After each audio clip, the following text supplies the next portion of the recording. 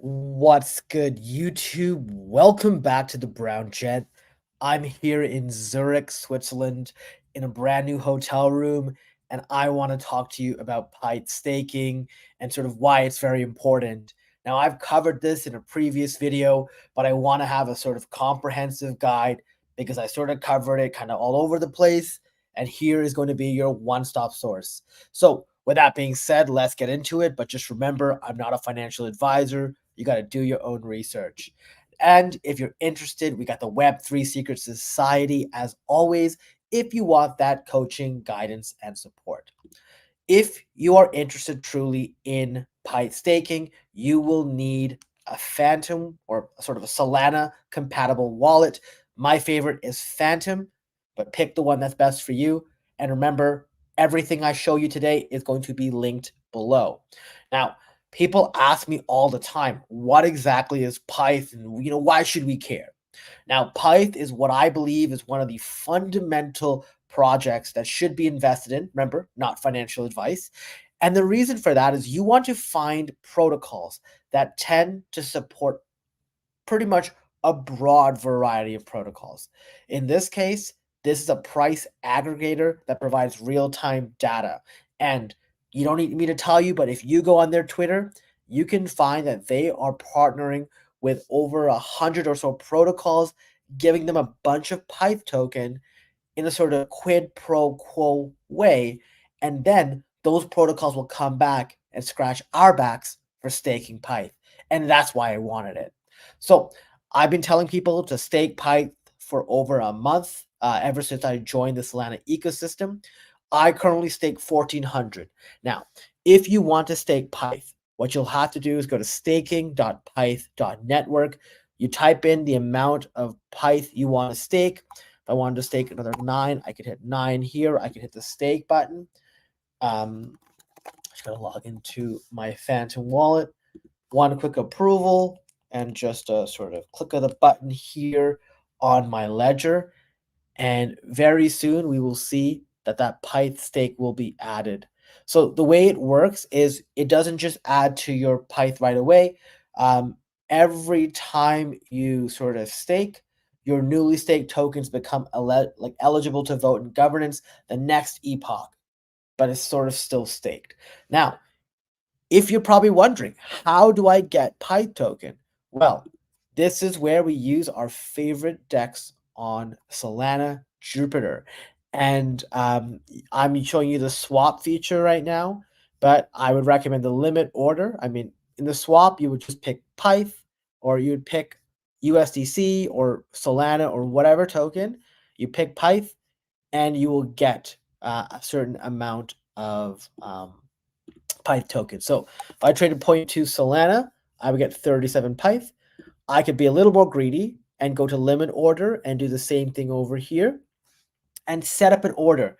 And the reason I recommend this is, in fact, you will be farming the next many Jupiter airdrops.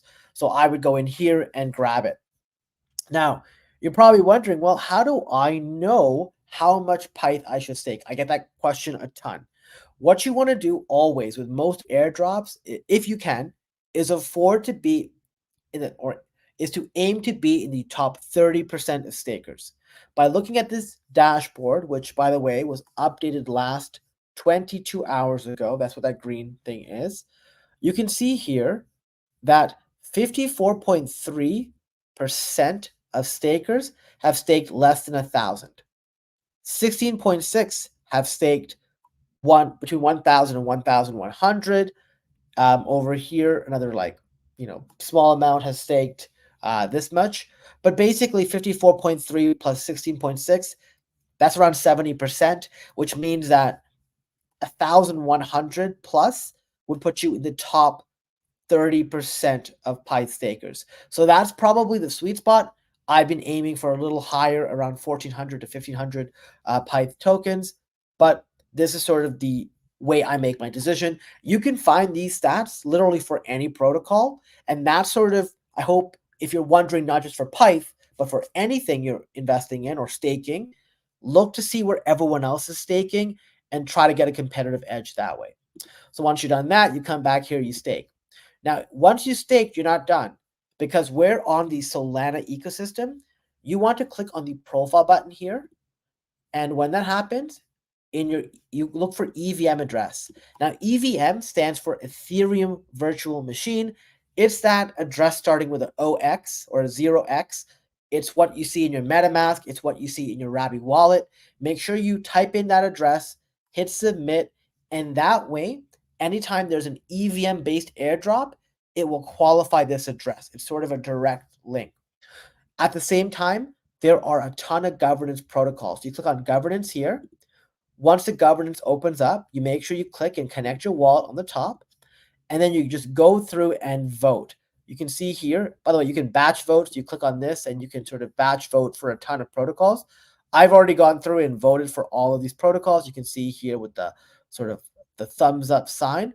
I'd recommend that you go and vote because some of these protocols some of these votes are going to run out of time, and you don't want to miss out on anything because once again, this could cost you in the future. So that is Pyth staking in a nutshell. What are we getting out of it? Well, there's a couple airdrops currently on the horizon. The first one is Zero Lend. So the Zero Lend airdrop, you get points for supplying and borrowing collateral, also through referrals and joining their Discord. And you get 1 point for every Pyth you staked. So I'm currently getting 1421. It's going to update very soon with the other 9 that I have sort of submitted, and it will add to that. So that's nice. Another example is Nabla Finance, where if you had staked at least 250 Pyth, in this case it was 10, but they have different criteria. The initial criteria that I saw was between 250 and 500, and it allowed you to get whitelisted for their testnet, and you earned some Amber tokens. So that's something else I did. And most recently, Degen Base has come back and actually adjusted the way they're doing their DB airdrop. So, they say they're doing it, a good change to value the community and reward long-term commitment. What they're looking for people to do is stake at least $20 into their protocol. But to qualify for this airdrop of DB tokens, you have to have staked at least 500 Pyth. So if you stake 500 Pyth, what you got to do is at least for 1 week, go in and stake and deposit onto app.degenbase.trade. What I've done is I've gone here, and you can see here I took the DAI token, staked 20. I got 5 still in my balance, but whatever.